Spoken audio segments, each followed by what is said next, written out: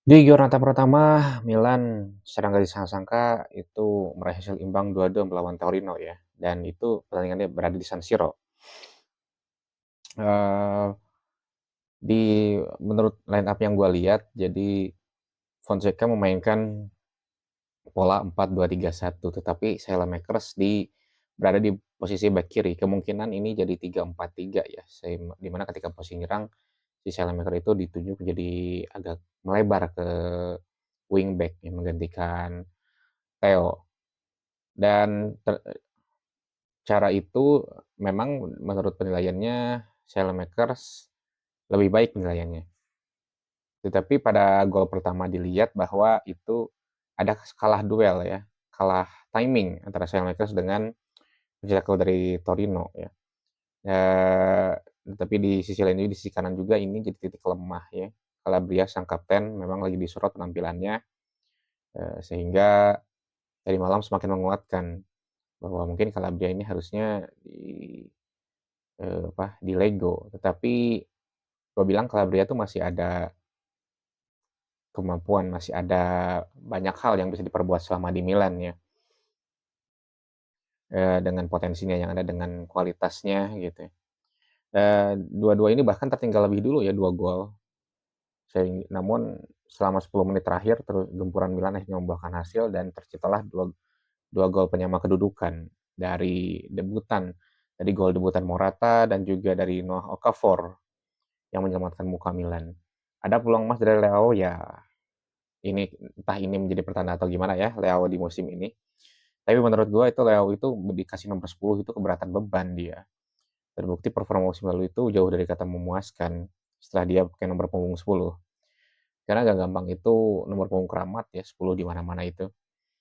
Eh, dan yang jelas ini bukan hasil yang diharapkan, tapi ini baru di giornata pertama, kita baru menilai ke giornata berikutnya. Yang jelas kalau nggak salah itu golnya itu berasal dari pemain cadangan dua-duanya ya. Artinya di sini bahwa gol dari pemain Milan itu harus diperbaiki lagi, torehan-torehan golnya. Harus diperbaiki kembali, dan memang ini baru giornata pertama, pertandingan resmi pertama Fonseca ya berarti. Dari persahabatan itu Milan luar biasa, ya namanya juga persahabatan, pengujian.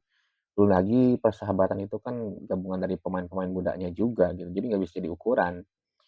Eee, nah dari Torinonya itu memang dari segi permainannya, dari proses gol memang punya skema yang cukup jelas mereka itu harus seperti apa. Dari gol bukan berarti Milan tidak memiliki skema yang jelas, tetapi dari proses gol yang tercipta meskipun dari,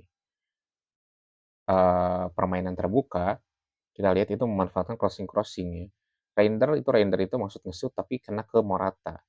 Ya itu mungkin maksudnya adalah, tapi itu murni kayaknya bukan sebuah skema yang baku ya, artinya itu butuhkan faktor luck-nya juga gitu.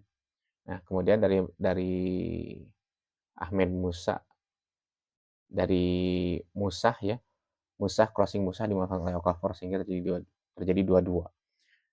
Tapi hasil positifnya adalah di sini berarti mental para pemain Milan itu terangkat, karena mereka tertinggal 2 gol bisa membalas lebih dari bisa membalas 2 gol, bisa menahan imbang, artinya mental mereka sepertinya segera terbentuk. Namun ini hasil yang nggak diharapkan dan nggak layak juga bagi Milan yang notabene tim besar melawan Torino loh gitu. Meskipun Torino juga skuadnya nggak sembarangan, ada Duván Zapata di sana yang musim lalu berhasil membawa Atalanta menjuarai Liga Eropa ya. Nggak bisa dianggap sembarangan juga Torino itu. Memang Torino itu jadi lawan yang sering menyulitkan Milan, apalagi di awal-awal musim. Ya, klub yang berhasil di kota Turin yang bersama Juventus ya, yang kadang dihuni sebenarnya pemain-pemain yang sangat berkualitas sebetulnya, bahkan gak jarang jadi inceran-inceran klub besar. Jadi nggak bisa dipandang remeh juga meskipun kualitasnya ya so-so lah Torino itu. Eee, yang jelas hasil ini bukan hasil yang diharapkan, tetapi perjalanan masih panjang. Kita lihat, saksikan bagaimana Milan ke depannya, oke?